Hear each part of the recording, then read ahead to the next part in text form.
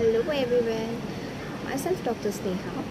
आज आपण होमिओपॅथीमध्ये रिपीटेडचे खूप साऱ्या लोकांना सर्दी, खोकला, शिंका येत असतात.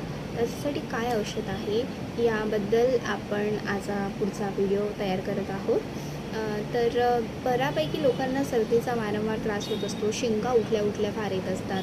थोडा वेदर चेंज झाला, पावसाळा स्टार्ट झाला किंवा हिवाळा स्टार्ट झाला, थंड हवा यायला स्टार्ट झाली की लगेच आपल्याला सर्दीचा जास्त त्रास जाणवू लागतो. तर अशा वेळेमध्ये होमिओपॅथीमध्ये खूप चांगले औषधं अवेलेबल आहेत.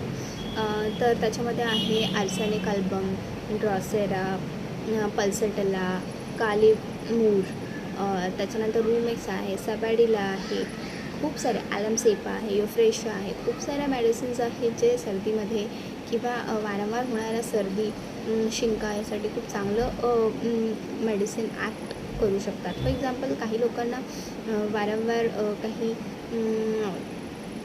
अँटीकटारलचे मेडिसिन्स असतात ते घ्यायची सवय लागलेली असते.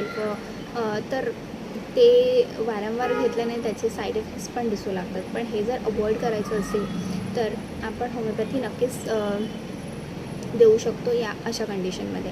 तर आज मी बोलणार आहे एका मेडिसिनबद्दल, दॅट इज रूमॅक्स. तर रूमॅक्स अशी औषध आहे होमिओपॅथीमध्ये.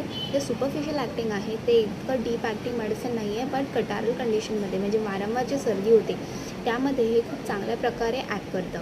ज्या लोकांना कॉन्स्टंट हॉक करायची सवय असते आणि कफ त्यांचा तोंडामध्ये येतो आणि पूर्ण माउथफुल असं त्यांना कफ सारखं बाहेर एक्सपेक्टोरेट करावा लागतो, बाहेर थुंकावा लागतो, तर या कंडिशनमध्ये रूमॅक्स कॅन ॲक्ट गुड. तर अशा कंडिशनमध्ये आपण रूमॅक्स देऊ शकतो. आणि ज्या वेळेला अग्रवेशन होतं म्हणजे थंड हवेमुळे कधी लोकांना त्रास होतो, तर काही लोक थंड हवाही लागू नये म्हणून ब्लँकेट किंवा चादर जी आहे ती तोंडावर घेऊन झोपतात. ते इतकं ते कोल्ड एअर अवॉइड करतात. तर अशा कंडिशनमध्ये we can think for Rumex as a remedy.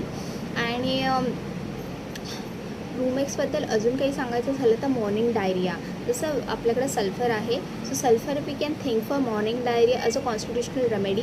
त्याच्यामध्ये एक main typical line is given in materia medica की because of morning diarrhea the patient is driving out of the bed, and he goes to the toilet. त्याच्यामध्ये इतकं त्याला पळत म्हणजे उठल्या लगेच जाग आली की लगेच तो वॉशरूममध्ये त्याला जावंच लागतं because of diarrhoea. So sudden diarrhoea असतो तो, at is morning diarrhoea. But we can give Rumex to the patient as a acute remedy, कारण रूमॅक्समध्ये पण हे सिम्टम दिलेलं आहे. आणि नेक्स्ट अजून मला हे सांगता येईल की there are some winter remedies, म्हणजे होमिओपॅथीमध्ये लाईक वेदरनुसार there are some remedies given, like winter remedies, summer remedies, which are damp weather remedies, किंवा before thunderstorm remedies, after thunderstorm remedies, असे खूप सारे remedies we have. So winter रेमेडीजमध्ये I want to mention that winter रेमेडीजमध्ये we have Pulsatilla, Rumex तर आहेच, Senega आहे, arsenic and nux vomica. These are the remedy which are helpful in the winter season, वेर काही कफ होतो आहे, कोल्ड होतो आहे, मॉर्निंग डायरिया आहे किंवा डायरिया आहे, किंवा काही जे वेदर चेंज झाल्यानंतर if some person having joint problem also, like थंडीमुळे जॉईंट कंप्लेंट्स वाढतात, तर अशामुळे we have lot of remedies. So Calcarea phos अजून एक रेमेडी आहे ज्याच्यामध्ये इफ कोल्ड एअरमुळे किंवा कोल्ड ॲटमॉस्फिअरमुळे जर if having joint pain then we can think of Calcarea first. And aphonia पण कधी डेव्हलप होतो रूमॅक्समध्ये, लाईक आवाजच निघत नाही, एक्सपोजर टू कोल्ड आहे आणि त्याच्यानंतर लॅरेंजायटिस फॅरेंजायटिस काहीतरी झालेलं आहे आणि त्यामुळे पेशंटचा अफोनियामध्ये गेलेला आहे, म्हणजे की त्याला आवाज पटकन येत नाही आहे किंवा व्यवस्थित येत नाही आहे. So we can think of Rumex is a remedy here. And one more thing की फ्लॅच्युलंट पण असतो ह्या रेमेडीमध्ये. फ्लॅच्युलंट आहे full of flatulent pains and pains relieved by belching and passing flatus. आता हे सेम सिम्टम कार्बोवेजमध्येही also given. So many common symptoms are given in 2-3 remedies. We have to differentiate that.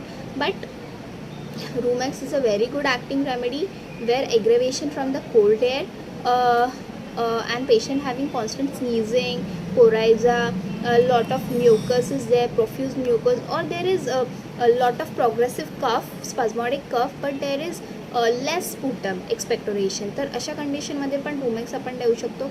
As well as Rumex is a very good remedy for pulmonary tuberculosis. तर या केसेसमध्ये सुद्धा आपण रुमेक्सचा विचार करू शकतो. सो आजच्यासाठी रुमेक्सबद्दल आपण बोललेलो आहोत. तसंच नेक्स्ट रेमेडीमध्ये आपण नेक्स्ट सेशनमध्ये रेक्स रेमेडीबद्दल बोलू. तर thank you very much for watching this video. आणि तुम्हाला जर अजून काही डिसीजेसबद्दल रेमेडीज होमिओपॅथीमध्ये कशा आहेत किंवा कशा प्रकारे ॲक्ट करू शकता याच्याबद्दल माहिती हवी असेल तर प्लीज कमेंटमध्ये सांगा की कोणत्या डिसीजबद्दल, कोणत्या आजाराबद्दल तुम्हाला होमिओपॅथीची माहिती हवी आहे. तर आपण नेक्स्ट व्हिडिओमध्ये त्याच्याबद्दल बोलूया.